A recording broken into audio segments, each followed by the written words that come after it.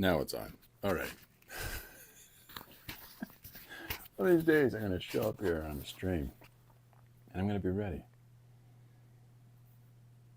Nothing more to it than that. That'll just be miraculous in and of itself. Okay, sir. Hey, how are you? This is one of the two things that I did earlier today. It's a nighttime stream.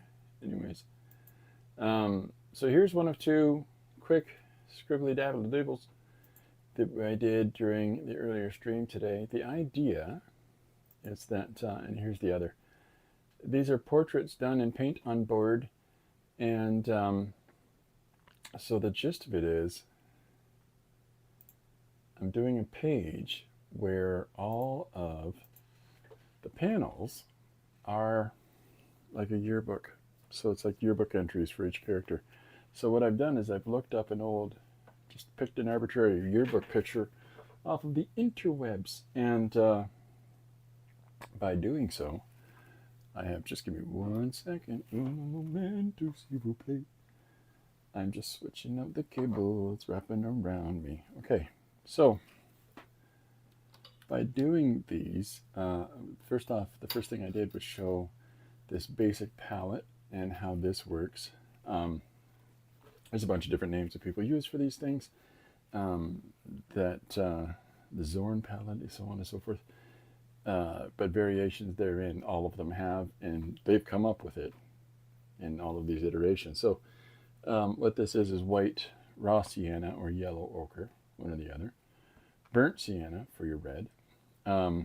Sap green or something similar to it for your green, which has blue in it.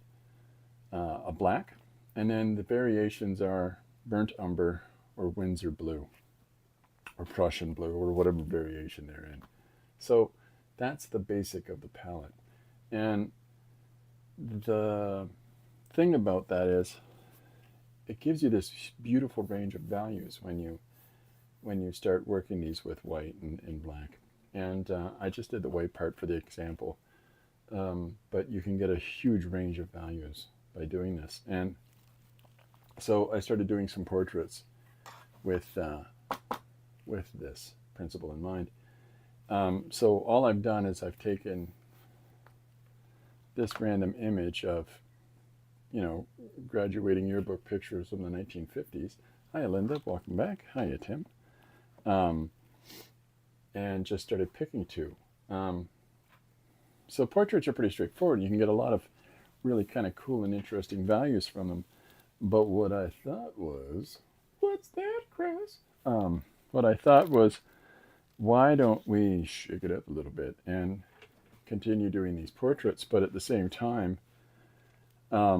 start playing with the values a little bit here so that you've got a wider range of people. And one of the things that I've been doing lately is doing these little images. Hey, Jim, how you doing? And so one of these things that I've been doing lately are all these little portraits of random characters. I've got a stack, I don't know how thick at this point, but, where I'm just playing with the idea of here's a cat lady, and here's an orange lady, and here's a sister, and here's a weird alien, and what else? There's a fish guy, and, crazy lady, wolf guy, and just playing. And so this is just an extension of that, really, for this portrait, this yearbook idea. So let's continue on with this. Now, the whole of these first two portraits I've done using this simple palette and this number 8 flathead brush. So let's just keep on keeping on and doing some more of these. I can get at least one more on this board. These are just sections of masonite that you use for things, building things in a house, like putting shelves in a dresser or something like that. And so I've got some of these kicking around in the supply room, and I thought, one of these days I might cut them down and paint on them. Well, I'm just gonna paint on them, and then maybe I'll cut them down, because I'm complex like that. So let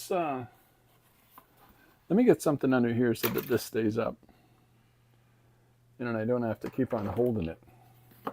You'll do. So what I'm going to do is just start another random portrait, another random image, and we'll just keep going from there. The basic palette, I can show this again if this is a benefit for folks to work this up. We did the light values, okay, so we can do the same thing with the dark values if that would be a benefit for folks, because I don't mind. Do you though, Chris? Do you mind? No, I just said it anyways. I just said I did it. Oh. All right, so here we go. So what I'll do is that I'll make some of these squares again, same positions, and show you this basic palette, and then we'll go from there. So this is the raw sienna I'm putting down now. The burnt sienna I put down first. Here is the white, which I think I've already mixed something in. We'll clean that up in a minute. But what do we got next? The green, and yeah, the sap green is there. And so this basic palette, rather than buying all these crazy tubes of paint, what really worked there's the burnt umber. I'll put that on a little bit thicker. The thing about burnt umber is it always comes through somewhat transparent, eh? It's a little, it can be aggravating when you're working on a piece. Here is the Windsor blue,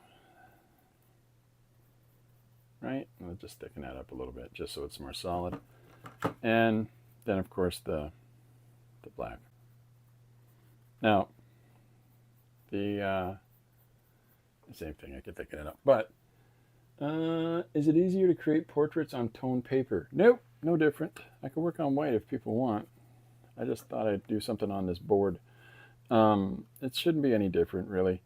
So if I take this black, okay, and I apply it to the burnt sienna, and we come through, so like we had one range lighter, this is going to give one value deeper. So now we're getting into like a brown. I'm leaving it open so that you can see the light and the dark together, right? It shouldn't, I mean, yeah, you're going to have different variations on stuff. Is it easier to do portraits on a colored surface? No, not necessarily. It depends on how you can handle that surface, really, like anything else. If it's really dark, I mean, that can be challenging. So there's your dark brown now that we've got out of that burnt sienna with black. So if we go in to the black and apply it to the yellows, or the raw sienna or the yellow ochre, depending on which one you're using, they're rather similar. And then if you come in and put some more black to that, this is where you get into this really kind of cool valued grays, or deep earth kind of colors. But you can see the very different direction from the others. I'll get my head out of the way in a second here. So what else we got? The green. So if we come in with the greens, it's already a deep color green to start with that we're using here. But when you do add some black, it gives you your nice, really, really crisp and dark value to it. And then of course you put some more to that and it gives you just this rich, dark, basically dark, like a dark black, although it is a really deep, deep, deep, deep green, so that you can use for under foliage and things like that, right? Right. So, all right, so if we go in to the umber and apply the black, we're going to get a much more solid and deep brown, and you start to see the similarities in the deep patterns here. If you go in one more shift further, and again, just another rich, really valued out tone. I tend to like the lighter values than the darker values for the most part, because you put the darker values underneath really, and then add those light values on top. Same thing with their blue. We're already starting with a deeper blue. So when you add that to it, it sort of takes on kind of a midnight color, right? Which is really kind of hard to pick up, I think, here with the camera. And then just this really great charcoal comes out of that as well. So there's your darker range. And, there's a lot to be gained from figuring out the two different directions with these colors and figuring out all the range that you can get from. But when you just look at these quick shifts of value, it sort of tells you the broad spectrum you can get of things. And these are the colors that you see in a lot of classical paintings, from Michelangelo all the way through to Rembrandt and the like. So, and then there's variations therein, of course, but that's how this palette has so much body. The reason they would largely use these colors is because, aside from things like the blue, which required lapis lazuli or something like that, which was expensive then, it's still expensive now, so it would be saved for like royal robes or things like that, or intimating the ocean. But you could also supplant a lot of these vermilion, sap green type shifts. Chris, just curious, have you ever done a day glow piece of art? I have 35 years ago, something like that. And it was largely because it was a project in a classroom. The sort of neon values, I never really graduated towards them. It was some of my friends really did, but for me, it was kind of I've been a Caravaggio fan from youth, and so I was always looking towards that direction as opposed to really, really bright and contemporary colors. So, yeah, and again, all those colors like neons and stuff like that, and day glow sort of colors. Maybe I still do, really, now that I think about it, because I do work on black surfaces a lot. And so when you work on black surfaces a lot, you do get a lot of that similar resonance of value, where there's the high contrast of the dark undertone and the luminous value that goes on top of it, right? But I tend to look to this sort of reserve palette.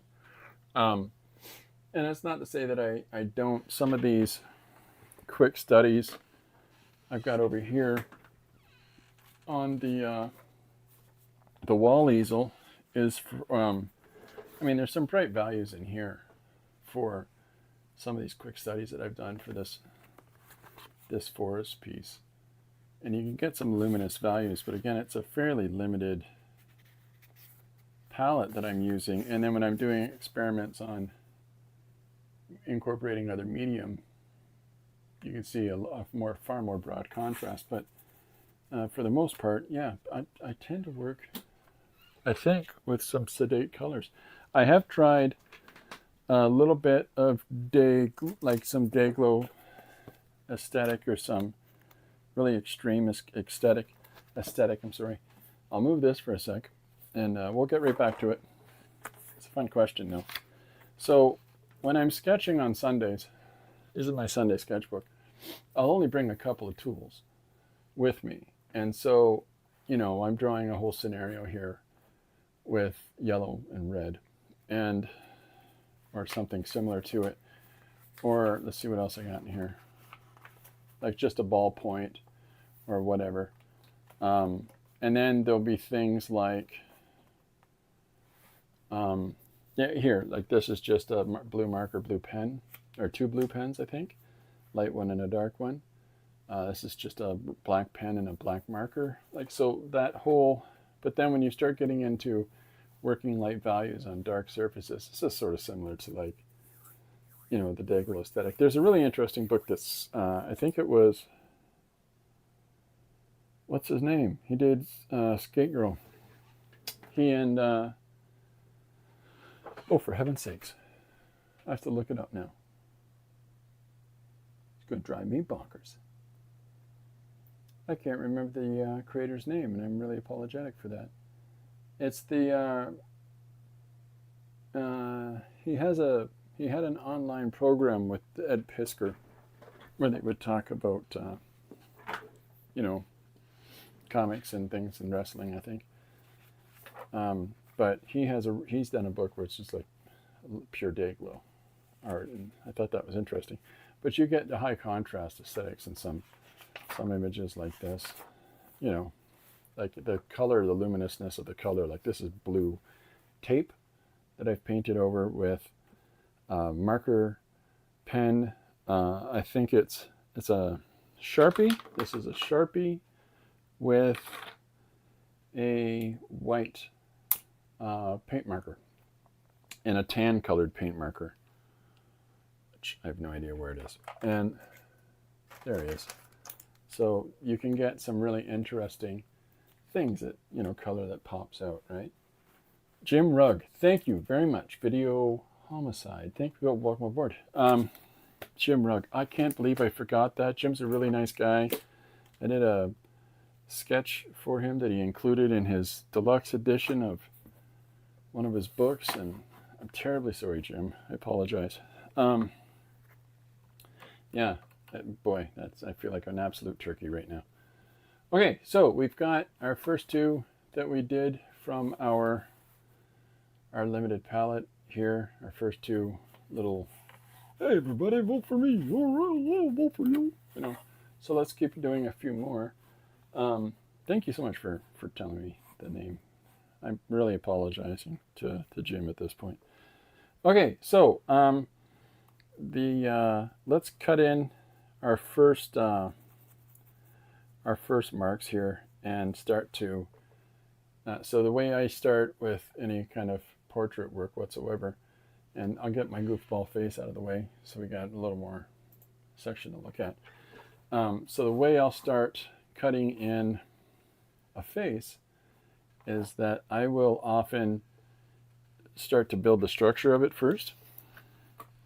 And so, you know, like I'll just start cutting in the shapes for the placements on the face and the expression and the like. And by doing that, it sort of lets me have a better understanding of the structure of the person's face.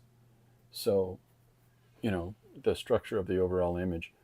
I've got this small smattering of heads here from an old high school yearbook. So I'm going to come through and using that, I'm going to put together a character here. Now I work from the small images purposely so that I don't over fixate on the details and trying to replicate the image that's you know, that I'm utilizing for the composition that I might be working on. Now I have nothing against it. I really don't. And if people find there's benefit in that for them, then please, please do. For me, I'm going to spend X amount of time trying to replicate the thing rather than painting or drawing or getting down to what these actions really, how they really factor in for me, and that is the storytelling in whatever different medium each day. So I don't spend an awful lot of time giving all the attention that I have towards it. You know, you got to get on sometimes. And by getting on, it encourages you to trust yourself and to listen a little bit more to your understanding of the subject matter that you're working on. Practice, practice, practice is the secret to that, right? Like, over time, I don't expect somebody to just, I looked at it for 3 seconds, I put it aside, and I painted a dog. Were you looking at a picture of a dog? No, but that's how it came out. Anyway, don't, limitations like what I've given myself here has an awful lot to do with the fact that, you know, I'm just trying to keep it interesting for myself. But this is also including that I've painted and drawn for X, Y, Z. So what works for one does not necessarily work for the next. I've got a friend that would rather prefer to pull everything from imagination. Awesome. Completely legitimate, but I try to do whatever I can like that myself, but I can't tell you how many lions I've drawn that look like giraffes. Well, maybe I need to look at a picture of what am I drawing again? A beagle? Oh, a lion. Well, that's probably why. So, okay, so we're going for, I talked about this earlier today. This palette, while it works for Caucasian features, the Caucasian skin palette, it also works for every other palette, like every other skin tone. So we are going to dive into that. So I've just got the basics laid in now with the umber line, and so now we're going to start adding some values together and pulling up the rest of our skin tones. I've got some yellow here that I've put together with the umber, and I'm going to start chopping in some values right off the hop. So, and rough, clunky, large swaths at the beginning, yep, but coverage is what we're talking about, and getting the structure, the value structure on the face here. So don't be too precious about it. If anybody's got questions or things, hit me. Well, don't hit me. I'm sensitive. I'm a sensitive boy.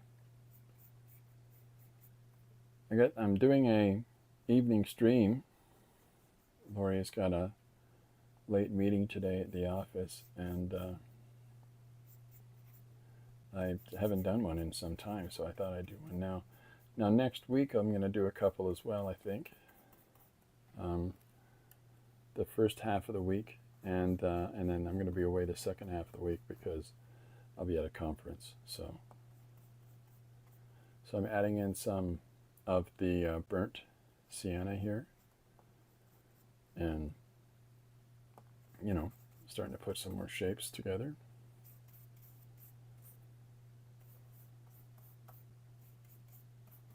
So much like we did with the first couple of portraits, we're getting these value shapes built up here. And I'm working with this again is limited, pardon me, amount of paint. So, yeah. All right, so let's start finding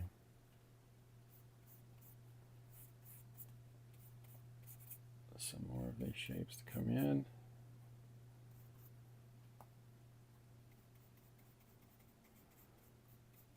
And it's not any different than how we go about the lighter palette as we do to the darker palette. It's literally just different colors. Just different random colors that we're using here.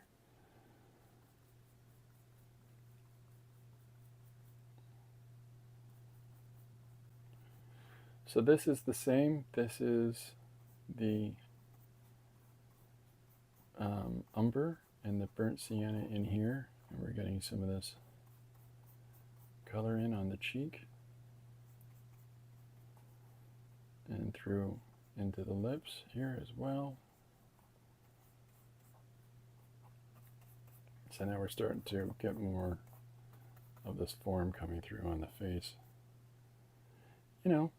It's light and dark, push it forward, push it back, yada yada do.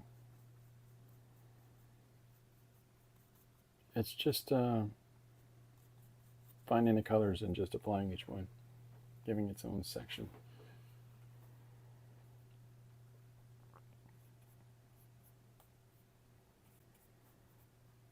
So now I'm coming through here and putting some of these emphasis colors around the eyes and then along the nose as well. And again, it looks really chunky right now because it is. You know, we're getting large covered areas here. We're really putting through base colors, really, right?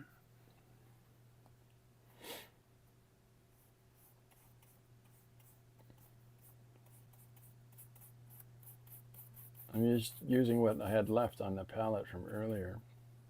I'll have to recharge it at some point. So in this tonal range here, I'm applying more of the yellow into the mix, just because there's a fun, a fun range of values that are coming through, where you can see where that yellow is peeking in there, and I want to get a hold of that.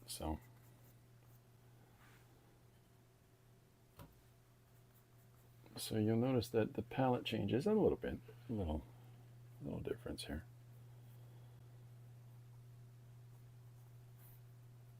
And then through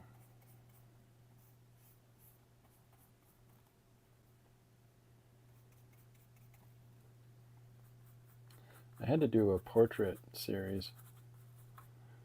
Well, it's kind of like a portrait series, but it really isn't. It's just a range of characters that were on this mural once, and so we have a broad range of individuals,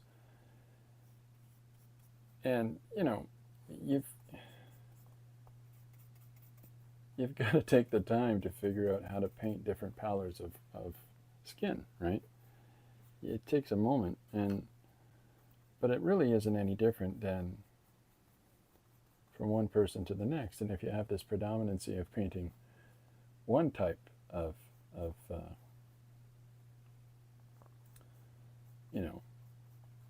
towards your culture or something like that, you're still gonna need to figure out how to do everybody, because there's no such thing as just one group of people anymore, especially in North America at least, where there's never been that here. And these identifiable historical images, even when you go back to the Egyptian period, later kingdom and stuff like that, you'll see all kinds of renditions of all the different cultures of the world. It's beautiful. So I'm just trying to get a hold of some of that. Now, I'm tightening up. It just takes a little bit of practice again, but I've had people say, I don't know how to paint. People that don't look like me, and I'm like, I don't know what to tell you. What's the difference? Just figure out the tonal variance. It's the same as anything else. A fun project is in this, if you really want to challenge yourself, try to paint with a palette like, I was showing you that book earlier, and one of the sketches in it is entirely in, see if I can find it. It's reds right here. So this is just using pink and red and white. And so you can get all kinds of great, interesting things happening with value. It just, color palette shouldn't matter at all. Okay, so we've got the basic underlying structure coming through here. So let's start tightening up and bringing some more depth, more layer to the skin, so it's not too flat, Just like we've done here. So now I'm raising up values off of the base tone that we've set in.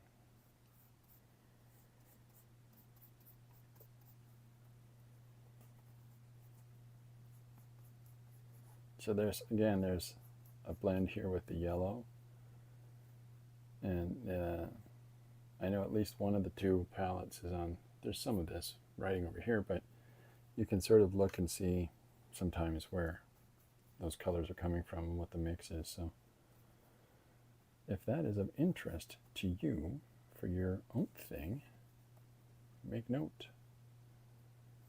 But you don't need, 150 tubes of paint. You just don't. You can buy those all, especially if you're working on, let's say, a large project where you can't be mixing all these colors all the time. I can understand buying more, a larger range of colors, sure. Or, you're using a spray paint or something like that. You're doing a large mural using set values like that. Yeah, I can see that. I can completely understand. But if you're just doing a small, painting like this, you don't need a broad palette. If anything, it works against you because it becomes there's too many decisions now. There's too many choices. And those are going to take you away from the painting itself. So don't do it. Let it go. Put the paints down, man.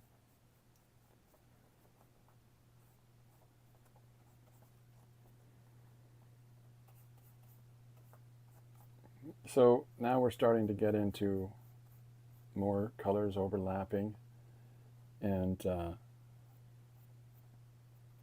a little more depth to things, a little more raised areas, some nice differences.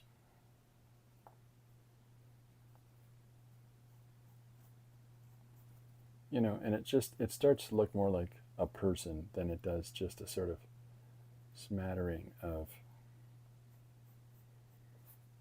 marks of colors on a surface. So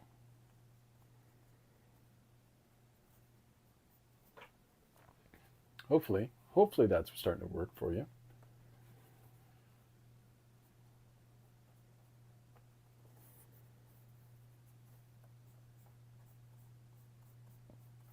So I've got yellows in here, I've got reds in here, I've got umber, and the reds I say is a sienna. The yellows are like raw sienna or yellow ochre. The umber, it's a burnt umber, just means it's a little bit deeper. A raw umber is, or is it the other way around? I think a raw umber is almost like it's a deeper value. It's very, very dark. And so now we're starting to put together some more interesting differences in the colors. And so I've been building up with the light values. So like I usually do, I tend to go one way and then swing the pendulum back and head the other. So we're going to do a little bit of that here and start to swing the opposite direction. So we're going to start pushing some more contrast in here, getting in a little more differentiation on our range.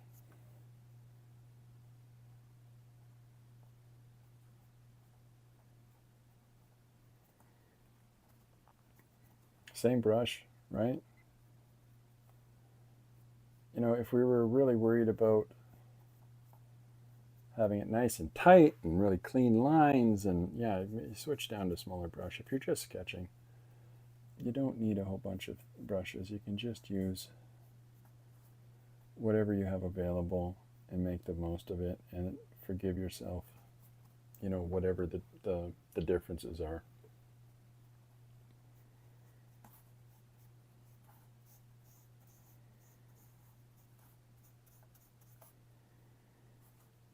So here's our next portrait coming together. It's a little bit more as we go, right?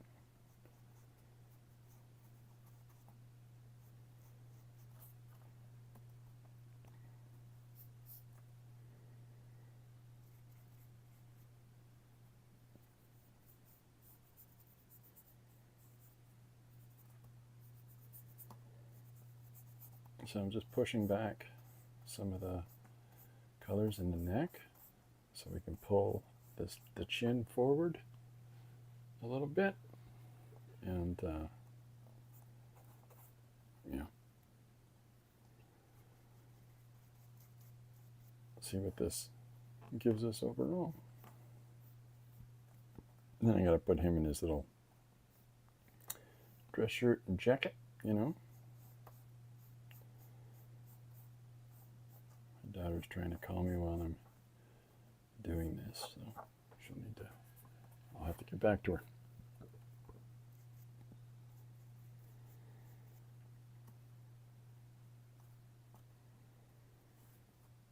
There we are. So that's, we're coming together a little bit more. So now I'm going to try to punch a little more value in here just to pull some of our areas forward, a little bit more highlight in areas.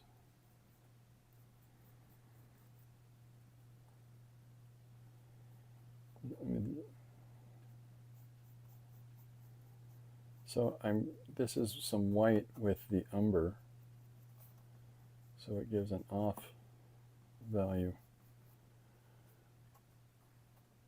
so that it allows us to spread out. I'm going to soften it in a second because I feel like it's a little too hard, you know.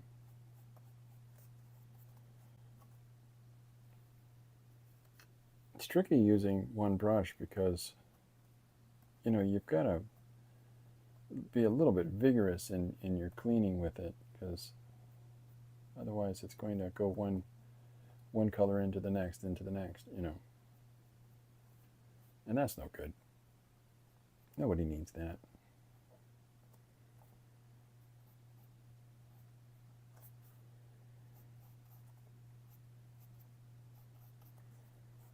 So finding some of these little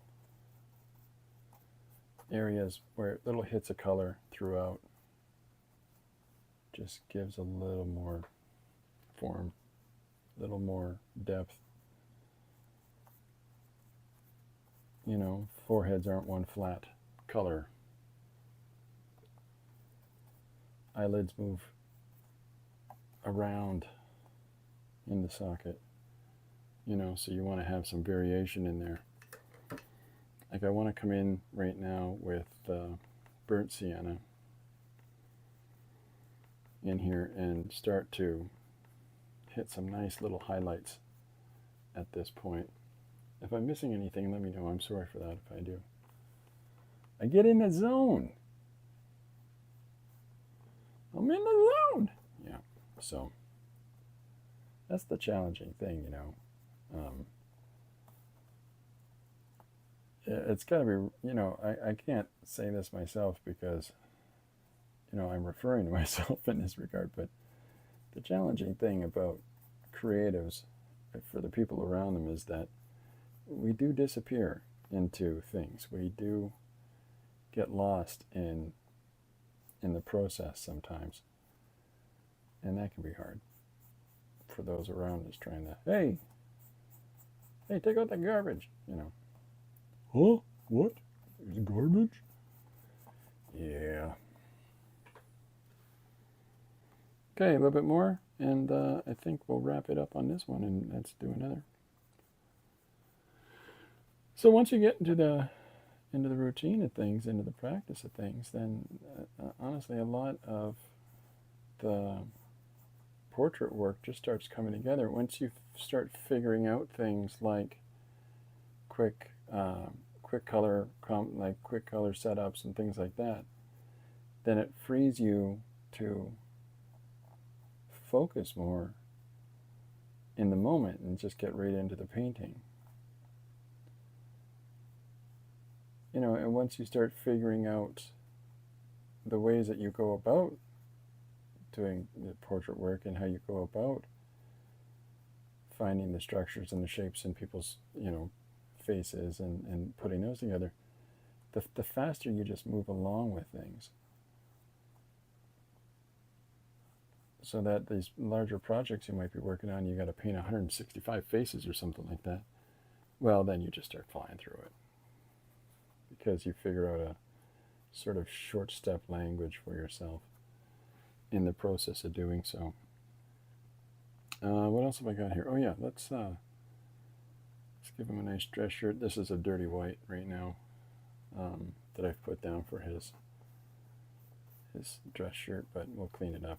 It's like I kind of like the off white actually, but yeah, I want to punch it up.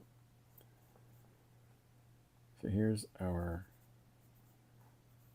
next yearbook photo coming together quick enough, you know.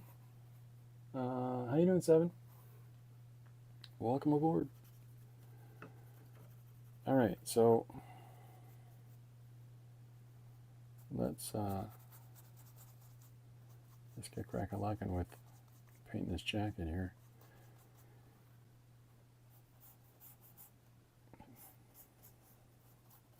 And then we'll put some.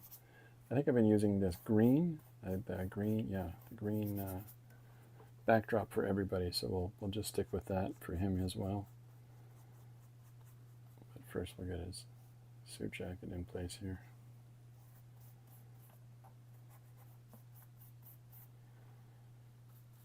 And then we'll hit some highlights on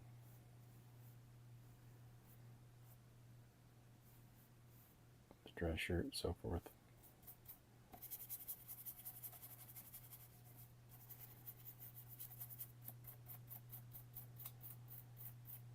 There we go. Okay, so let's get the background in. And then I think let's do another one.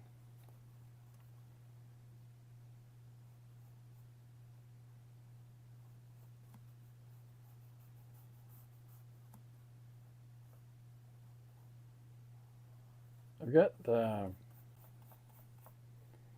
took a break there.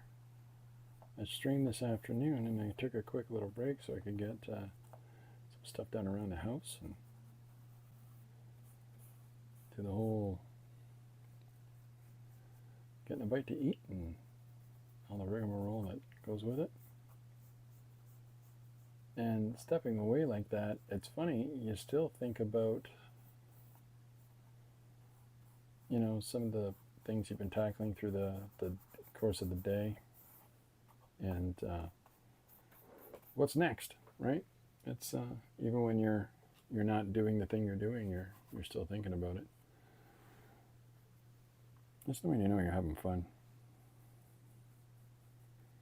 I mean, normally I would be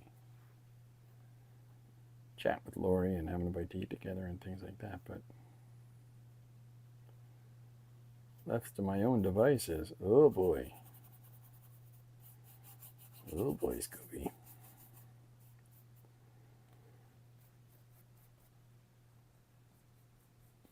So this is the green that's on this palette. Now, oftentimes, people will use a part of this palette, like let's say this green with the white and black, and do the entire setup in values of green, or you know, some people use like an umber and white and black, and do the entire composition. I know an artist here where I live in London who is colorblind, and so he'll do his entire composition in, I believe it's black, white, and ochre, and then simply using the colors written on the tubes, he, you know, understands their gray value, and so he does color stains basically over this finished composition, and works great. A lot of people don't realize that he's colorblind. Okay, so I'm gonna use this white now.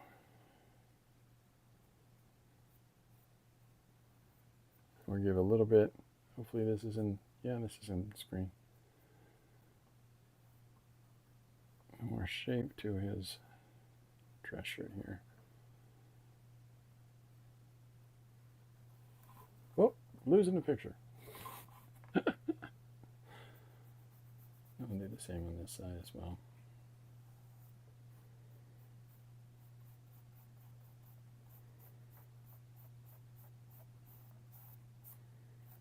Blend that through.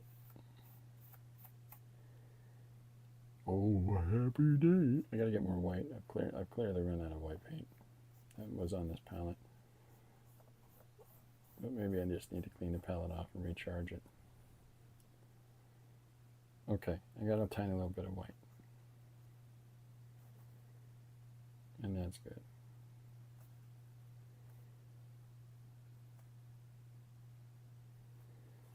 Couple of little spots here. Put a little more life in our image.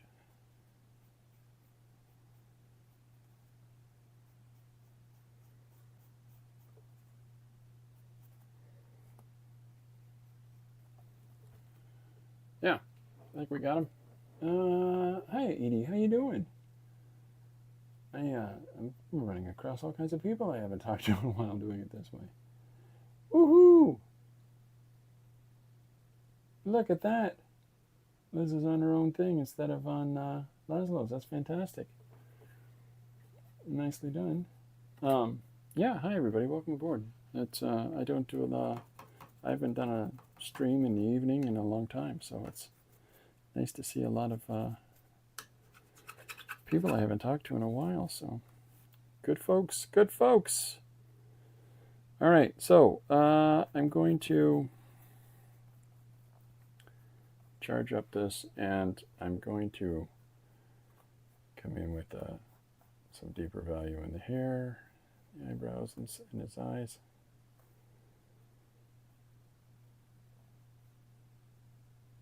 There we go.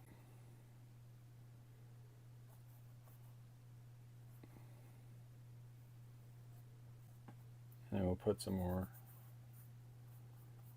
deeper value in his suit. And then I think we're going to do another one. So, I don't really have any specific plan yet for this page. The idea, and it was, I think, Liz finding this funny, that we do a page where we have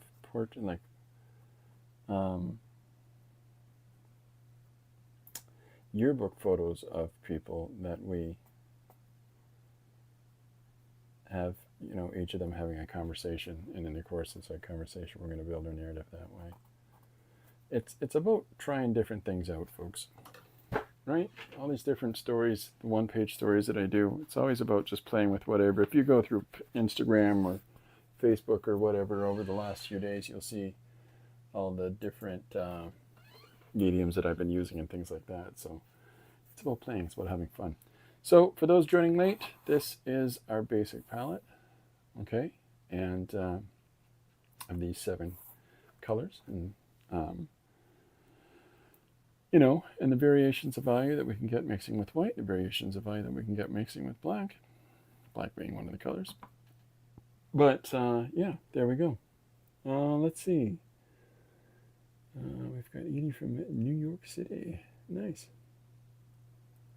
We've got people from all over here. This is a lot of fun. Okay, so here's our third portrait from the yearbook picture. Yearbook pictures. Here's our second. And here's our first. Let's do another one. So I've got a few more pieces of board. If people want to write down that palette of colors, I can we can go over that again if you want. Just let me know. 7 says, love the one-page stories. Oh, well, that's very nice. I'm glad. Okay, so this is what I'm using for my source imagery, is just these small little thumbnails. And the reason that I work from such small images is so that I have to think about what I'm doing. Do you follow the Gilbert artist? I can't recall his name. Um, no, I don't. Gilbert? Yeah, no, I'm sorry, I'm not familiar with that. Um, Largely because I live in a giant bubble. I live in the studio with my studio cat. No, well, I don't. I live in the house with my wife and our cats, plural. We got a new cat. We got a kitten. Her name is Lucy. Lori and Lucy, Christopher and Corbin. That's how we work. Kids are all grown up, so now we're cat people. Full on.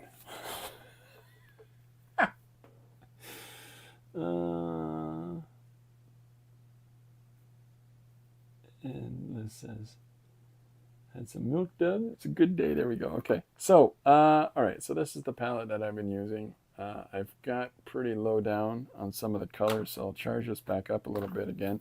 I'll leave this here in the image for a minute so you can write these down if you're interested. And I'll see if I can zoom in a little closer. There you. Well, that's something. Yeah, where was I? So we'll do another portrait. Now, akin to some of these silly sci-fi scribbly dooblies that I've been doing, I was considering painting someone as though they were an ice queen or something of the like, so that their skin had, was frozen basically. And so I thought about that, but I think what's a little more helpful for folks is less of that and more of the range of values that we all have in our skin. So, found that most portrait photography is frontally lit, makes poor models for drawing or painting. There's no shading to reveal the shape of the face. So far, read Betty and Veronica. I think those girls were so distinct, weren't they? There we go. Yeah, there's a fun. I always got a kick out of, who's your favorite, Betty or Veronica? Because you had to choose. That's so the thing about that with portrait photography and whatnot, and I'll move this for a second and I'll show you what I mean. So a face is a face is a face is a face. Da da da da da da da da da. So if you, all right. So I've got just some white paper here. So if we take any given face, and so here's our little thumbnails, okay? So we'll take this guy with the hair and the nose. And if we understand, like, you can draw the oval shape of the head if that makes you feel comfortable. I tend to try to find those features. And so I've got a black pencil crayon here in a Faber-Castell holder. These are fun because they have built-in sharpeners in the bottom of them. Okay, so I'm going to try to find the structure of his face. He's got a broad nose, and he's got, it cuts back here to his eyes. He's got heavy eyebrows, which is a lot of fun. And then there's his eyes here. So and then he's got a prominent upper lip, largely due to that mustachio. And then we've got pursed bottom lip, okay? So when we're looking at the structure of our guy's face and we're figuring out the way that the structure of said face moves in light, what we need to understand is if we look at the face like this, I'm going to make a big old mess. So if we start to understand the way that all the planes on the face work, okay, and so that we can see the underlying structure of how a person's facial anatomy is put together, and we start understanding that part, when we've got that, the photo source that you use shouldn't matter. And what I mean by that is, it helps, sure it does, and it can be confusing if you're going to do something different than what you've got in your photo. Hi, Salty, welcome aboard, by the way. And anybody I've missed, if I'm missing people, I apologize. But once you understand this, and when you're doing your image of your guy, okay, so that you're putting the dude in here and you understand how the facial structure works, so that despite the fact that he's got his fancy mustachio kicking out and it moves across his upper lip, you start to understand that the cast shadow from the nose, if we're going to say the light source comes from here, I'm going to do this in different colors. Okay, so light from here, we know that there's going to be some shadows in here. We know that there's going to be some cast shadow under the nose there. We know that the shadow under the lip is going to be there because the lip sticks out here. We know that there's going to be more shadow along here. There's going to be a little bit of shadow along this side, this plane of the nose, right? There's going to be shadow along here. So we're starting to understand the dynamics of our face and how all these muscles work together with our face to apply the shadow to it. And the same thing comes, how you doing, ink on paper? Oh, that's Robert, I think. So when we start to get a notion of that, then the light source that we're using becomes, as long as you can wash out the resource image that you're utilizing for, if you're drawing from one, you can wash it right out and bring it down to just basic colors, or just, I'm sorry, basic values of just high contrast, black and white. That might help you. But if you understand the structure of the head, so that's our light source coming from here. If our light source comes from the other side, it does all the shadows over there. If our light source comes from above, then we understand that there's going to be, the light is going to be kicking in very different ways because it's directly above the head, right? So you're going to see more shadow coming in underneath. You're going to start to get a greater sense of the structure of the head, of the structure of the face over time. And then when you start applying a directional light towards that, then it's going to make more sense. There's a fun, you can do, there's people that you can look at and where they'll do a really direct light source. And so this side of the face, let me use another color again. What have I got kicking around here? Well, for some reason, Chris has 4 different orange pencils nearby. All right, so if we're going to use this brown pencil, okay? Now, if I'm coming here for this hard light source, then you're going to have direct shadows. You got to remember how light bounces off other objects and so on and so forth. But if you really want to hyper exaggerate it so that, you can get the triangles, what was it? Who was it? The Rembrandt triangle, where he would stage his lighting so that he would have yellow, or he would have a triangular shape show up, and within the shadowed area, so that he could have all of this fun here, and he could, cut the shadows back, and so the face would have this really dramatic lighting to it, and you'd get these really great shadows throughout the face, and it would put the face in this sort of really, emotional, deep, dark, how do I say it? Ominous. It's kind of like an ominous sort of lighting, so that your character is almost fading back into the darkness or coming out of the darkness, and it's a good way to recognize that your character is brooding or there's secrets being hidden and things like that. But again, all of this just comes from a basic understanding of the facial structure. If it helps, take an action figure. If people are still figuring this stuff out, take an action figure that has a fair representation of the shape of a face or a head, and aim the light at it from different angles and look at how the shadows move. And eventually you'll start figuring out expressions and how the structure of the face moves. And you can tell when people are smiling honestly because their eyes will compress and squint a little bit as their muscles will become taut. And here you can tell how people are smiling fakely. Is that a word? because part of their muscles won't move. They're, I got a big smile on, but my eyes are dead. So that person's lying. They're not actually, there's no joviality there. It's just false pretense. So, Edie says, thanks a bunch. My son's name was Stuffy Killer. Okay, so back to this thing.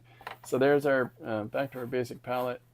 And lights, darks, white, raw sienna or yellow ochre, burnt sienna for a red, sap green or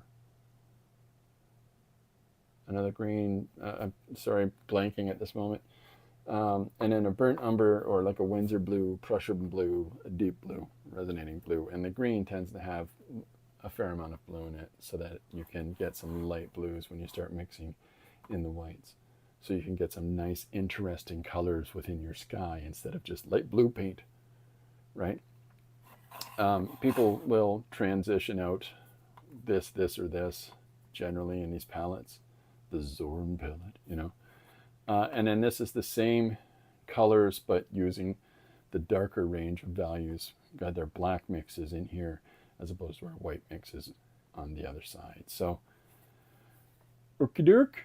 Let's do some more.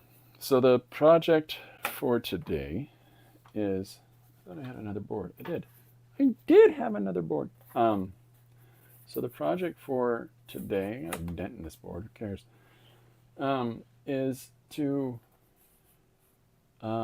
do a bunch of yearbook photos. There's our images that we're working from. And then, you scan those and you have a dialogue between these different characters and have some fun with it. And so I've reloaded this palette with some more pigment. I've been using an 8, flathead number 8 brush is what I'm using for all these things that we're doing. So let's see, we got, let's do another gal. We got a couple of guys, let's do another gal. Yeah. I'm not too. All right, I'm gonna do it. We're doing a ginger. Dun dun dun, ginger. Whatever. Okay.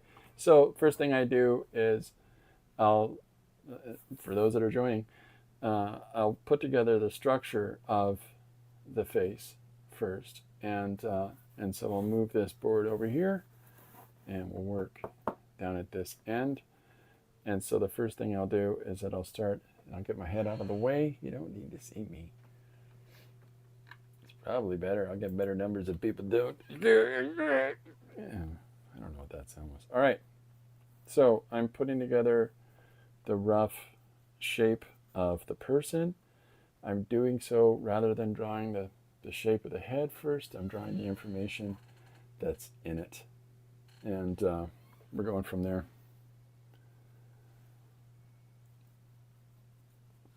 My washing machine and dryer play Bach when the load is done. And so every now and then I've got,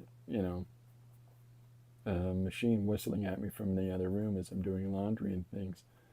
So it's always kind of funny to me because I'll randomly start whistling these, this tune, and it's only really a simple bar of music that it's playing when the load is done, just to say, hey, wake up, get over here. And it's more interesting than just beep, beep, beep. But sometimes I'll just walk around whistling this this bar of music. And so when I'm in the car and it might come on the radio, because I listen to music, all kinds of different music in the car. So if it comes on, I'll be like, oh, and I'll listen to the entire piece. Oh, that's what comes next, and it reminds me every single time. Why am I telling you this? I don't know. I'm doing laundry. So, all right, so I'm using one of these thumbnails, and I'm going through and I'm just making rough notes of placement of parts of the face. And but this characteristic around the mouth is interesting to me, where she has this smile that, is very, very curved. I like that. That's why I've picked this person. So once I've got this, the structure of the face is when I'll start figuring out the structure of the head. Now, I realize that other people do it the other way around. So, Edie says, I can't see a video. Oh, that person was here some time ago. I don't know if they're still here or not. So, so we're focusing in on this face a little more tightly, less of a little more tighter expression on this. I just want to shake it up and just keep doing big heads. Let's focus this one a little more on the face. So she's got this soft round chin, strong jawline, and around we go. So once I get an idea of the face, of the structure of the face, then it lets us just get right into the painting process. And because we already know all this work, now once you get used to the idea of all the different planes in a face, then you immediately can start in there where you're starting to pull together the different values that make up the face, the different planes. And so I'll just chop the colors in right off the hop on that, and I'll start just trying to get in some coverage and start figuring out the different values in different parts of the face. And the reason that I do it this way is because that works for me to have a better understanding of what it is that I'm doing as far as it goes for this character, interpreting this portrait, interpreting this, the quality of this person and how their expression works, and their eyes. Is there a softness in those eyes that, that I want to represent, right? So I'll try to find those things. Now, the reason that I went to this portrait from our last is that this person is a ginger with red hair, and so they have a lighter complexion. And so now we have to figure out a lighter variation on tone than we have on our previous images. It's a fun challenge.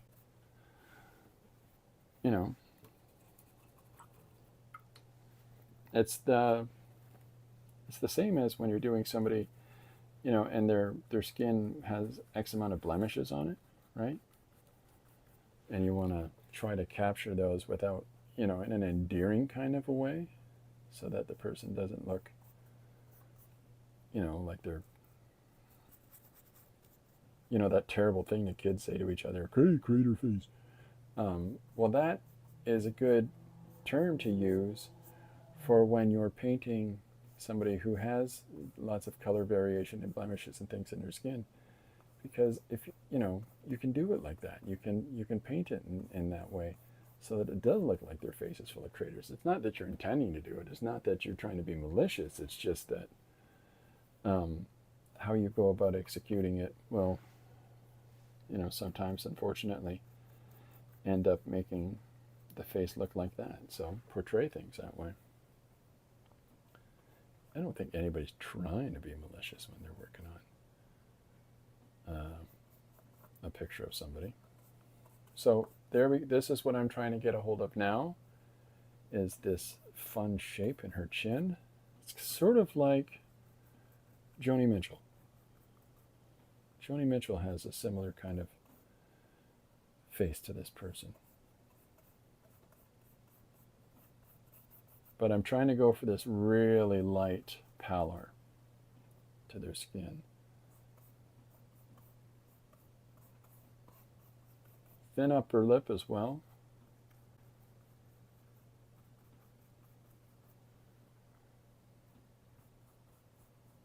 I'm getting a little color variation going now in under the nose.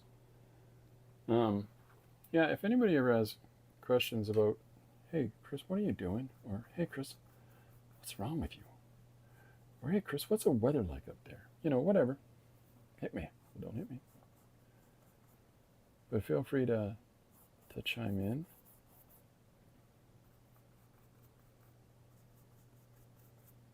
You know, I enjoy, you know, streaming with folks and whatever meager things I've picked up in the course of my days, if I can pass those along and, you know, whatever way I can articulate it, if that helps people out, you know, ain't no problem here.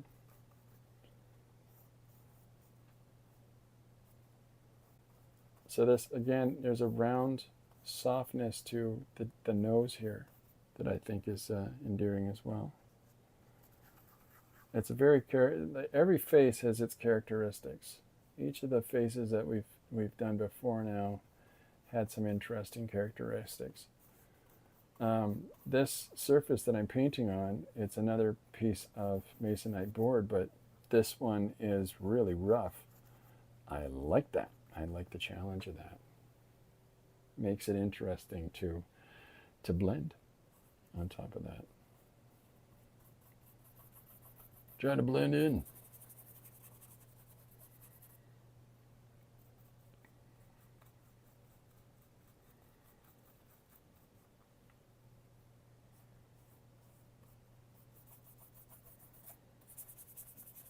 So I'm not overly concerned about, we're putting down basic colors here, and then we add and we add and we add and we add, and we tune in and tighten up as we go along. But in the early stages, don't be too precious about, oh, that's the wrong color. Well, yeah, probably is.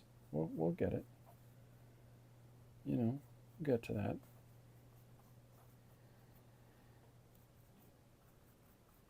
So allow yourself to experiment and to play and to find some different values and to push those throughout. So this is, I've got some yellow loaded in here. So I can go around the side of her face and push this back a little bit. Her cheek line here, using this yellow. And then we're going to put some of that in here as well. It's a little challenging with the rough surface that we're working on to get some of these hits of value in. We'll get there. We'll get there. We could do it, folks. I believe in us. So I'm finding shape of her eye. Eyes, plural. She got two.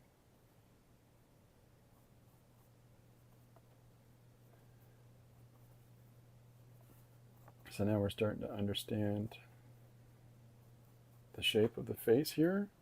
Parts are coming together. Does anybody else work similar to this when they're painting? Just curious. I'm curious like a cat. That's why my friends call me Mr. Whiskers.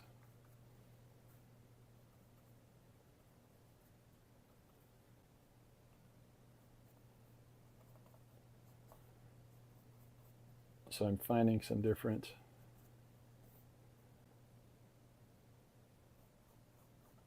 planes now. We're picking and choosing out some different shapes. Separating out some of the parts of her face here. Raising some up, pushing some back. But trying to capture these interesting shapes within her face there.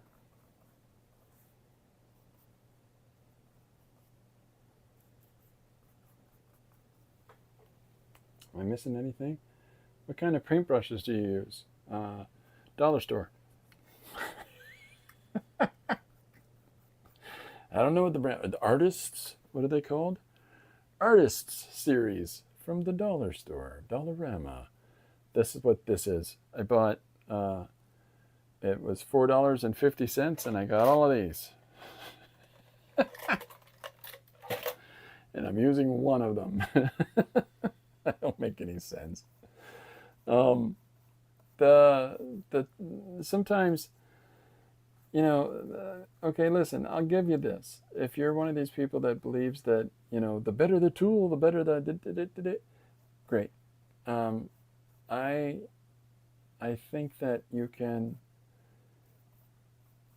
with enough practice and enough application, you can use most things to find your way to the same results. Um,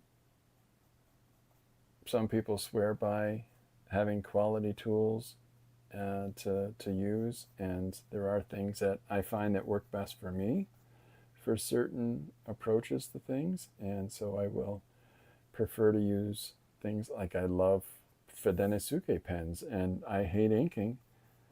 So if I have to ink over drawings, I like to use those because there's something about them. They're very nice.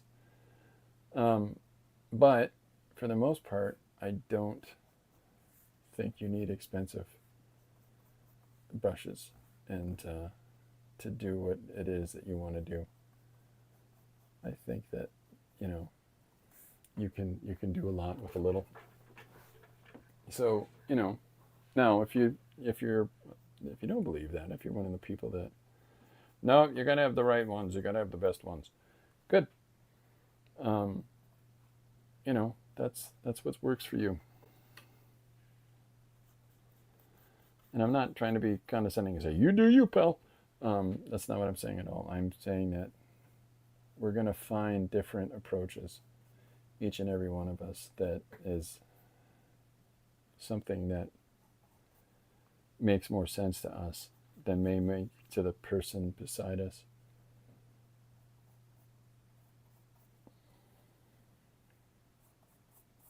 I've seen people do miraculous things with junk, and you know, and then I've seen people with all kinds of accommodation. Like I was at an exhibition once where two ladies that were exhibiting beside me on the one side were going on and on and on about the best watercolor papers and inks and or I'm sorry and paints and I only use this and na. And meanwhile the person that was on the opposite side of me, wow, what do you come up with these colors? And they're like, well, there's only I got to kind of figure them out as I go because I bought these materials at like a Walmart and they've only got a limited amount of different things. And that person was selling all the pieces. They were selling right out in the show. And meanwhile, the other person in true watercolors, blah, blah, blah, blah, blah, blah. And I'm like, how does a lot of this matter? It doesn't. It matters in what you get out of it, really, because one person can do interesting things with limited result, like or with limited accessibility to materials, and another person has all the fancy things and it doesn't quite work out the way they want it to. So who knows, right? But find what works for you and go for it. Just go for it. So I've got green in the paint now. So as I'm going into the shadows over here on this side of her face, it's a green that I'm applying to her. Which I realize is a little weird. But it is and it isn't. Sometimes when you have too much selection, it gets in the way. Oops. I got a dirty brush there. Dirty brush. We'll clean that up in a minute.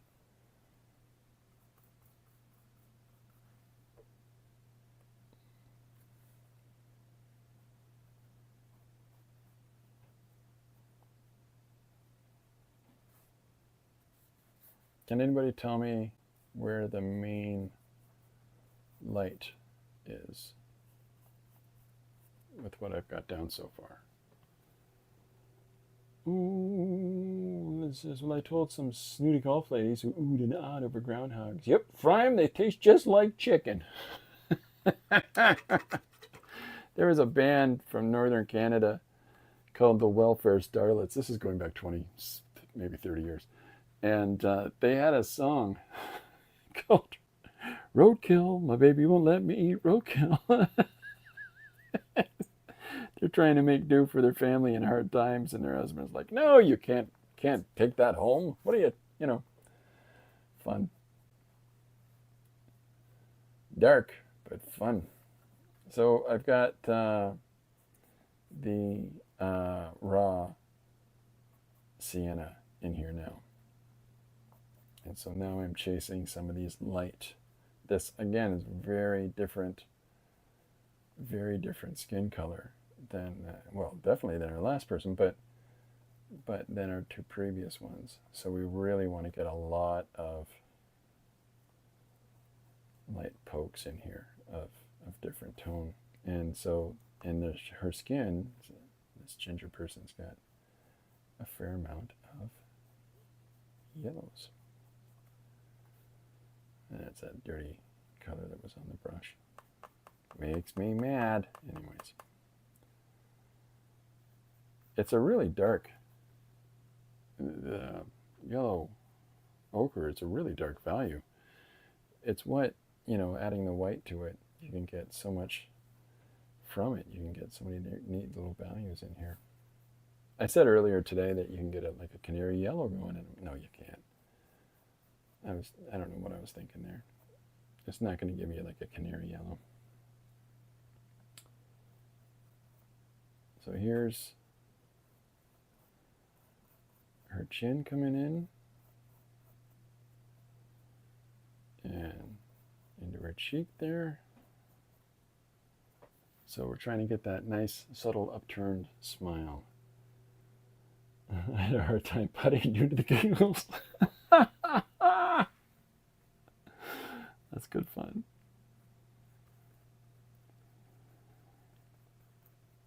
Yeah, there's some joy to be had in that.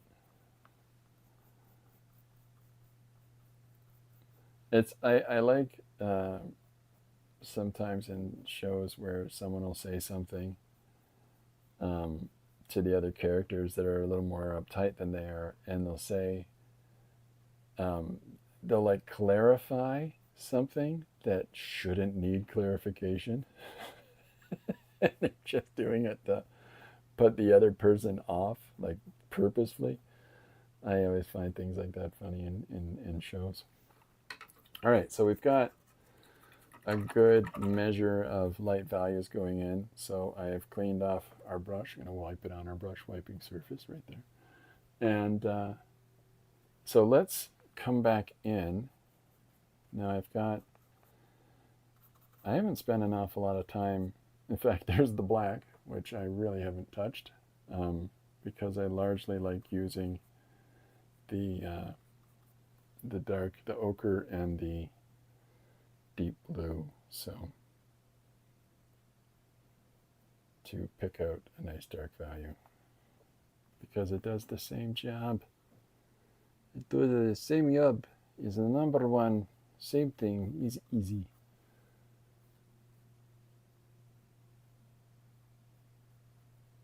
So we've got, now the tricky part here, of course, is you've got thin eyebrows here on individuals with, ginger features. And so it becomes a little bit tricky about getting something kind of penciled in, really. Now, I talked about doing this as mixed media, and I should have clarified that. I should have changed that up. And I probably will go back and switch it in the description, but because I'm just painting.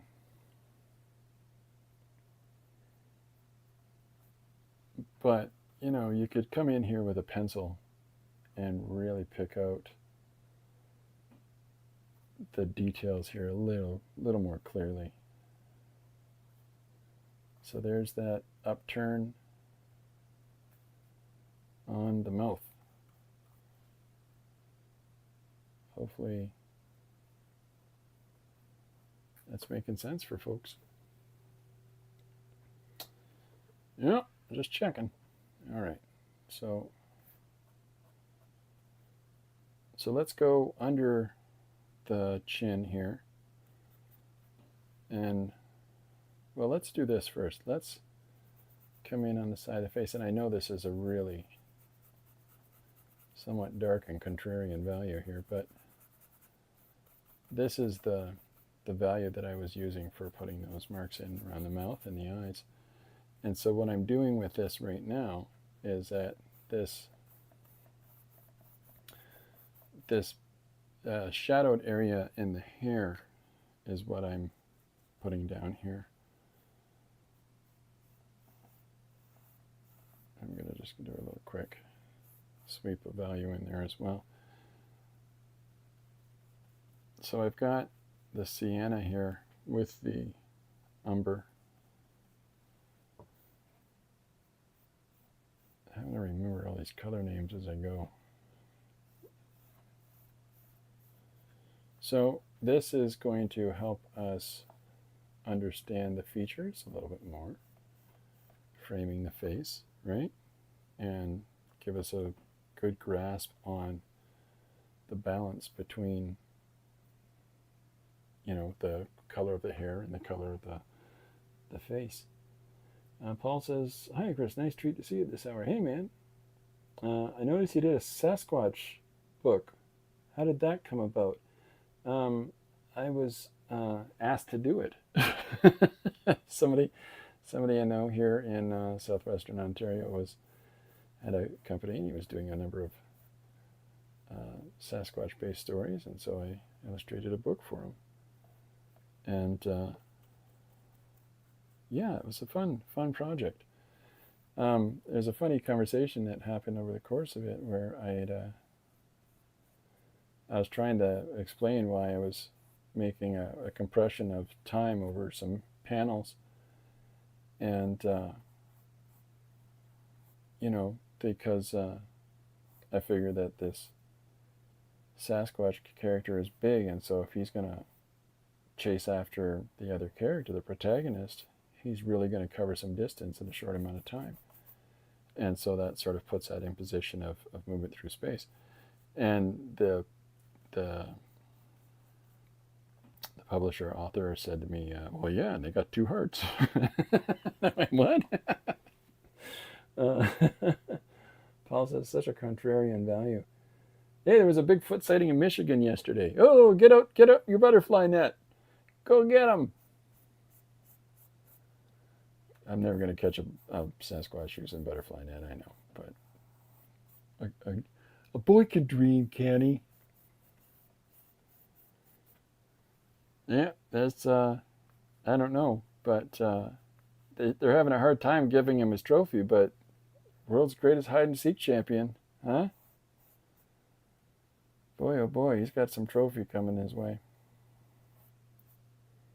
Okay, so this is, I'm going to just finish fleshing out the shape a little bit over the shoulder here, and then we'll get back into the facial features. But just, I wanted to put down just some sort of structure to the hair outside the face. So, and then now we're going to come back through because we've got an understanding of value outside of our character's features. Now we're going to pump up the face inside, but bearing in mind that there is this really strong value in and around the person as well. But this is what I'm talking about when I say that the features are very different, especially with our last. I mean, so what I'm referring to is with our first couple of portraits, and you know, I think that she's very Caucasian. He is a little bit Mediterranean, but and then we've got our African American here. But the difference between this and a person with a lighter pallor of ginger skin is that there's a very different range of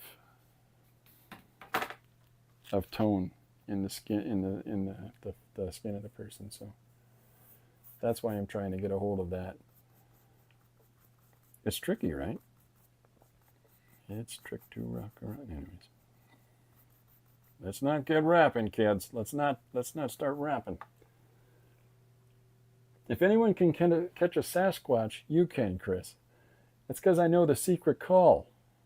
The secret call, Paul. Are you ready? I'll teach everybody here right now what the secret call is for a Sasquatch. Hey, you don't just come here for the pretty pictures. Hello? I say, is there a Sasquatch nearby? Yeah, that's how you do it. You gotta be careful if I do that too loud. Who knows what's going on in my neighborhood? We've got an award for you here, sir.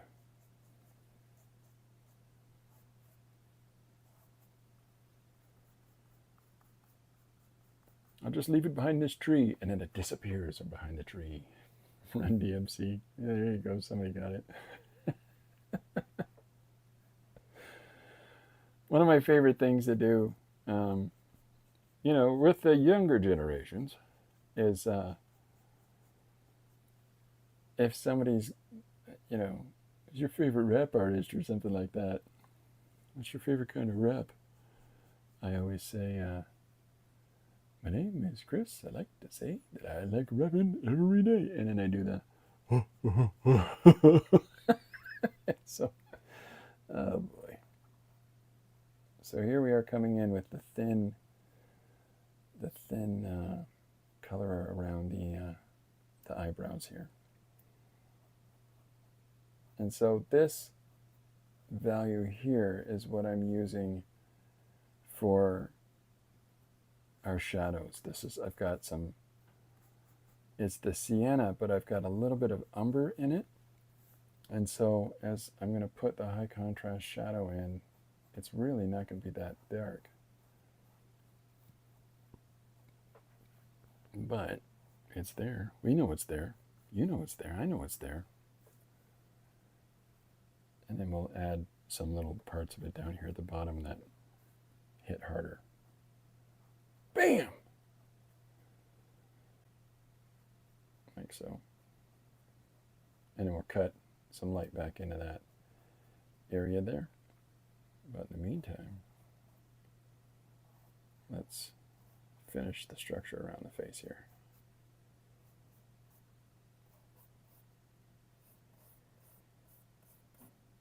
So sometimes you just got to be bold. And the shadow in the face, let's push it into the neck. Why not? It's the same shadow.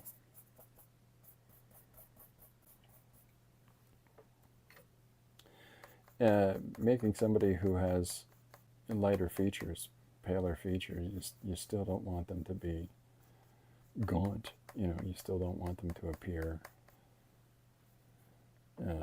morbidly dark.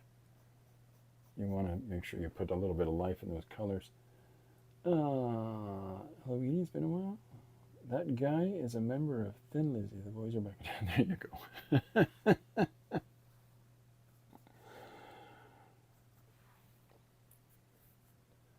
All right, so let's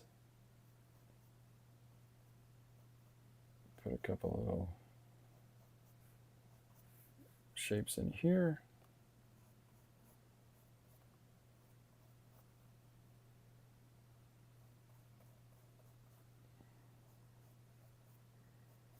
So I'm just chasing through this part of the face and unifying some of these colors.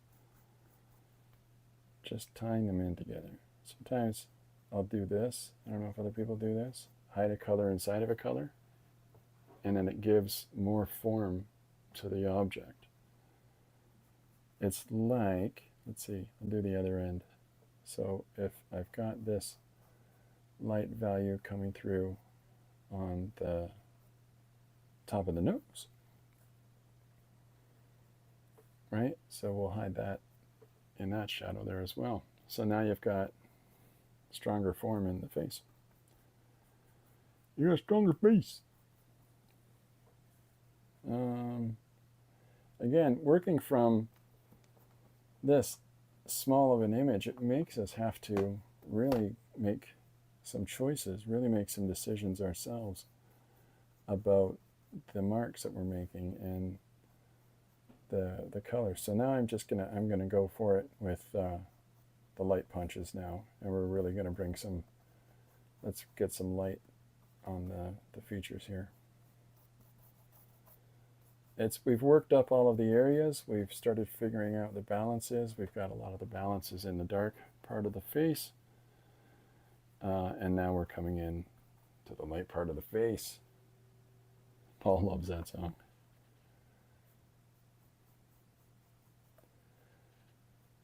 Yeah, you know what? Lately I've been listening to a lot of that. What are they? E-I-E-I-E-I-O there. You know, with the it's a living thing and all those other songs they do. Those guys are good. They live in a rocket ship. That's what I saw it on that photo of their van on the one record there. That's a rocket. They're flying it. They live in a spaceship. Does anybody know that band? E-I-E-I-E-I-O. They've been in a lot of soundtracks for movies.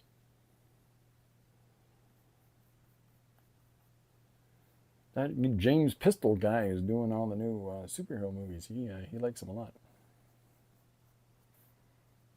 I think that's his name, James Pistol.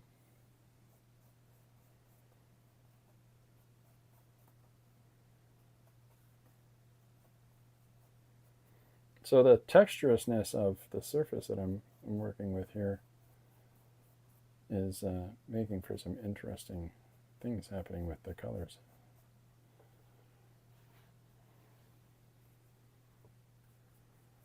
You gotta work. Sometimes you gotta work it out. Work it out. Oh, yellow. Do I give these people names? Are they recognizable from anyone I know? Well, you know, so there's a natural tendency for us to put people that we know or ourselves in the faces that we do. It's a completely normal thing. So there's probably somebody I know here. But nobody I'm thinking of off the top of my head.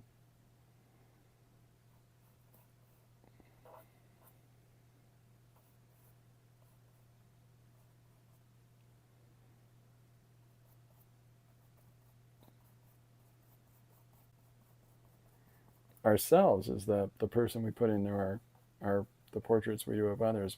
There's things that we understand about our own features that we may well unwittingly put within the features of whoever it is we're drawing.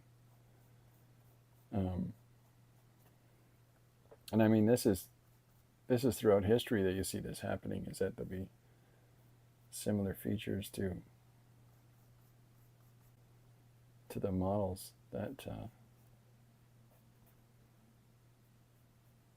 the figures. I'm sorry, not the models that artists will use that are reminiscent of their own features. But you know, like you'll see Leonardo paint somebody that even if he's chosen a model for it, there'll be parts of that facial feature that, of course, looks like a young Leonardo. Leonardo. Rembrandt did so many self-portraits that you could really see a reminiscence of his features in a lot of the characters that he would paint. But again, at that time in society, the Dutch culture, everybody had the same sort of look, mustache, and so on and so forth. It was a popular cultural aesthetic, so it's hard to, hey, you know, do this painting of me, and how do you know that one's you? Paul says, you sound like Norm Macdonald when you said that. Ah, yeah, that's a good guy. I don't mind that Norm Macdonald guy there. He was pretty good. I have a tendency to make all faces like my own. I have to make a real effort not to. Well, there's another thing that people do too, and that is when they're painting or drawing a face that has an expression, like your character's angry or whatever it might be. You have an angry face on, like you'll be, grimacing or whatever it is you might be doing yourself while you're drawing that image. It's funny, but everybody does it at some level. You might not realize you're doing it too, but watch for it next time you're drawing an expression. Watch for it and see if you yourself are making the same face that the character you're drawing is doing. So here is our, getting close to wrapping up this one here too. Yeah. So let's put some skin on that neck there.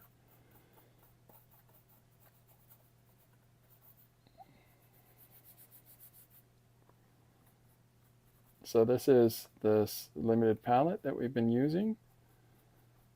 7 colors and all the different colors that we can get in there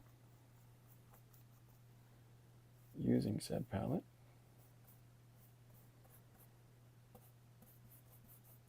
So I guess I got to do the hair here. I forgot all about the hair completely. So we'll get into that. Give me a sec here and tighten this up a little bit. Tighten that up there, Making a big mess out of this there neck. There we go.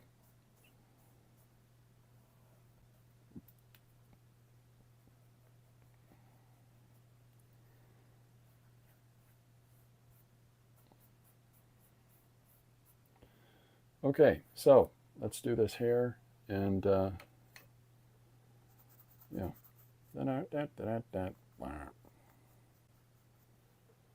So I'm just going with the directional lines.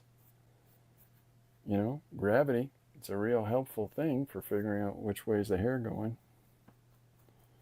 It's going down. Do that dirty boulevard. It's going down. Little read for you there, kids. Down, down, down, down, down.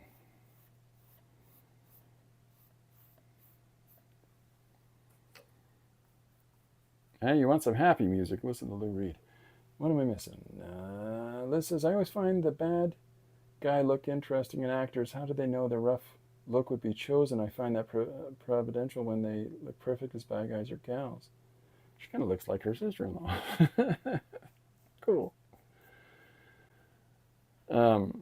Yeah, there's certain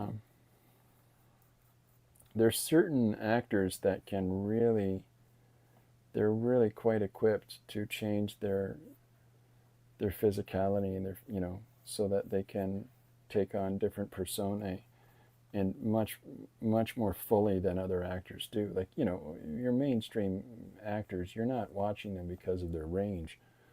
You're watching them because of the thing that they're meant to represent. The stalwart hero, or the man who has very specific skills, to save his loved ones, or the everyman hero who's only 5'8" but can run up the side of a building. Little dig there. But then you've got actors like Jude Law, who, take a look at his catalog and tell me how many different, ways that guy has looked, because it's impressive. There's a film called, oh my gosh, it's got Paul Newman, Road to Perdition, thank you.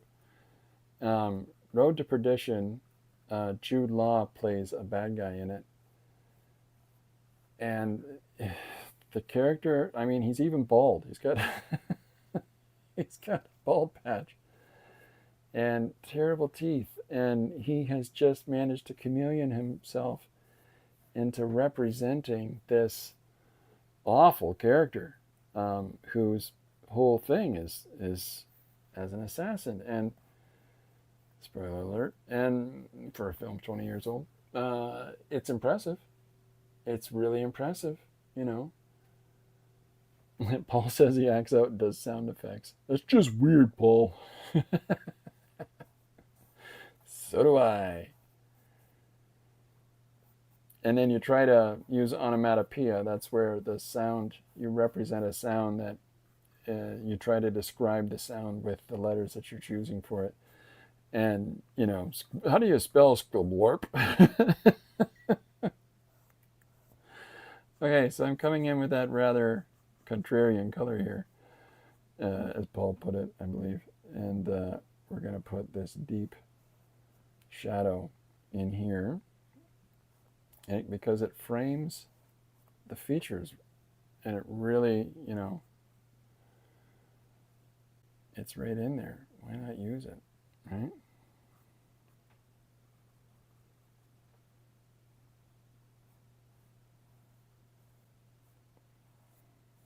And then I'm going to use that green, the same as we've done for the other people. And then we'll put a little structure around this person's face. I'm going to bring that light value back up again. I wanted to sit on top there.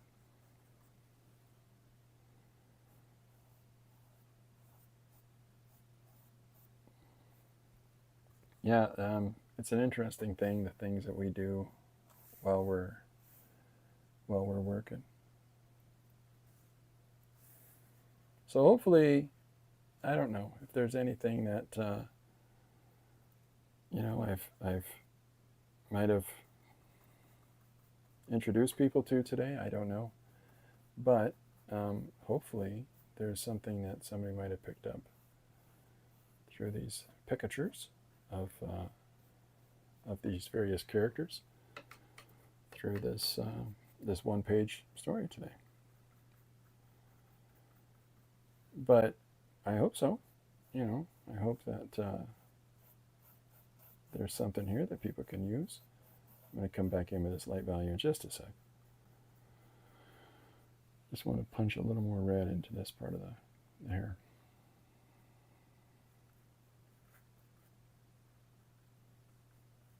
Here we are.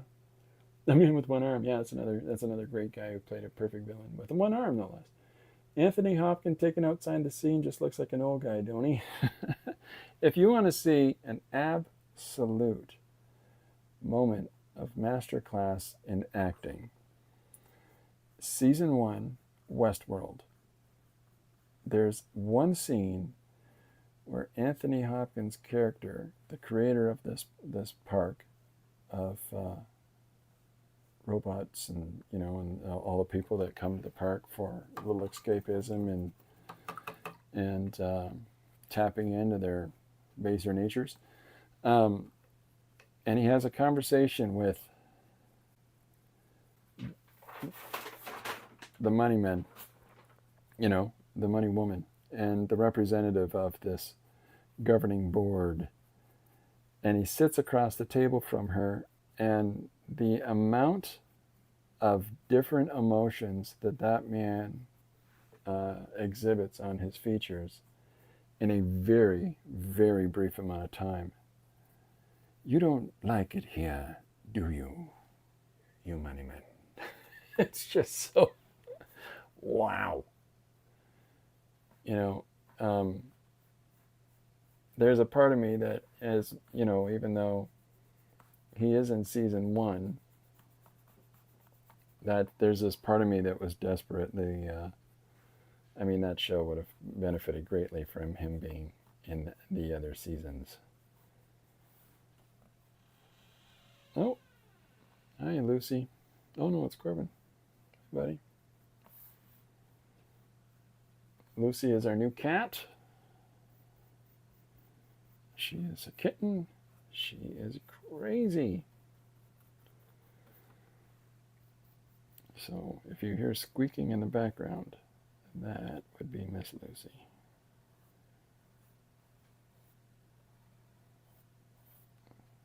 Okay, so the complementary value of the green in the background here, the intent is to make the face pop forward. This is a portrait of the legendary assassin Kaiser Soze. I don't know. Every time you think that you know who Kaiser Soze is, they're gone.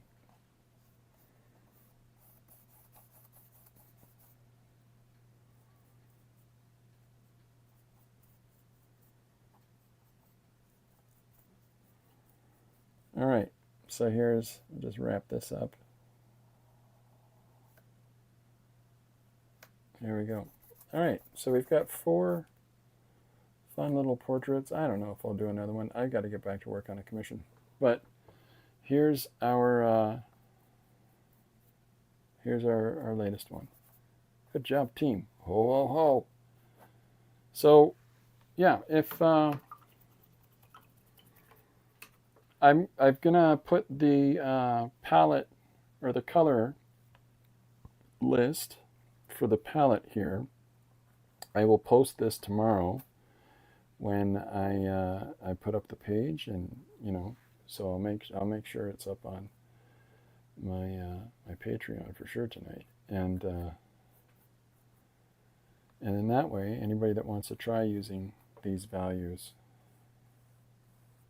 in their creative processes can do so. Let's get that shoulder in there. All right, so there's our latest person. Oh, I better stop. I'm gonna have to step away. Every time I'm like, oh, I'm gonna add a little bit of this color here. Oh no, I looked at that. Now I got to do all these things to it. That's what I do.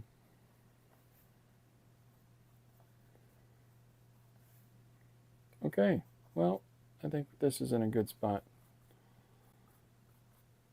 So hopefully you had some fun. And I don't know if anybody picked up any, got a little bit of paint left on my gigantic palette with my massive thumb. Hello, my name is Dave. And yeah, so what am I missing? That was cool, Christopher. Oh, thanks. Cool is that true kids are cute because their eyes are adult size when they're little. Yes. Love the hair shine, something I never thought of. So glad everyone could come. Oh, thanks. Yeah, no, I appreciate that, Linda. Linda, the moderator of the mostest. So, I mean, the only other thing you can do if you want to, I would suggest giving it a moment and stepping away. But the last little bits of interest that you could do would be to take a very light amount of toned out white, just tone it out a little bit towards the flesh tone. And you could put little pinches, little hits of highlights, just in spots, just to sort of give a little more life to the skin. But I tend to say leave that for the end. I know that some people, their process really is to paint as they go along. But those little hits at the end start making different elements pop. And it can be really overwhelming during the process while you're painting the face, because once you've put it down, you don't want to lose that. But at the same time, it's there, but once you get those little soft value punches in there, you can see how the face comes alive. So yeah, you can make the hair shine, but you can also make the skin shine too. So there's our 4th one today, and we've got this fella here. Complete opposites of tonal pallor. Right? And then there's these 2 that are right down the center. I could do with a little bit more of orange and red in here for our I think he's Puerto Rican in the picture, I'm not sure. But, Kaiser Soze. Thanks, Linda. Thanks, Liz. Yeah, I hope everybody's had a fun time. I will post the palette list up on there's what I'm referring to by very different light pallor towards the deeper tones. Anyhow, I'll get this up on the Instagram and Facebook and Patreon by tomorrow, and there's lots of fun to be had. So by all means, please feel free to experiment and to have fun, and whether it's whatever the subject matter might be or whatever approach you might be taking or whatever that is, it's just about having fun, just about playing and putting marks down to represent things or people, and but the stories always come from you. So it's figuring out how to do different things with different tools is just repetition, practice, and if there's insights that you can gain from each other and stuff like that, please go check out each other's pages and social media and check out what each other are doing. Our good friend Paul Pate, who's joined us here, please go check out his books. They are fantabuloso. I don't have them immediately beside me, or I pull the three of them up right now. But yeah, there's lots of great things that lots of people are doing. But thank you everybody for coming out, and thank you for interacting and sharing in the conversation and stuff like that. If there's anything that I can do to help anybody out with any questions or anything on their journey, their creative journey, just let me know. Let me see what the last few things. Seven's going to send me an email. Thanks everyone for sharing and giving a thumbs up. Yeah, no, I appreciate that. And Edward Norton is an interesting actor, a bit of a mean person. But yeah, please, by all means, there's nothing that I love more than when people shoot story suggestions at me for one page story ideas, or 3 words, a line of dialogue, whatever it might be. Please feel free to put it in the comments on social media. I get a fair amount of these being sent to me to my email, but honestly, you can put those comments on Instagram or Facebook, and there's no stupid comment. There really isn't. The page that I posted earlier today, where's that? Was this. It was a conspiracy cat with a deep, sultry voice. That's great. That's fantastic. Yesterday's was the Philip K. Dick one, so on and so forth. It's just about having fun and exploring different story opportunities and seeing what we can come up with whatever you give me. I'm probably going to do something weird with it, but that's part of the fun too. So yeah, even if you want to suggest 3 words, I'm there. All right. Paul says thanks. Thanks very much, everybody, for coming out. Thank you very much, Linda, the moderator of the Mostest. Thank you for everybody taking part in the chat. I will be back tomorrow at some point, probably in the morning. But next week, Monday. Next week, Tuesday, Wednesday, Thursday, or Tuesday and Wednesday, I'm sorry. Now, next week I will be doing evening streams again.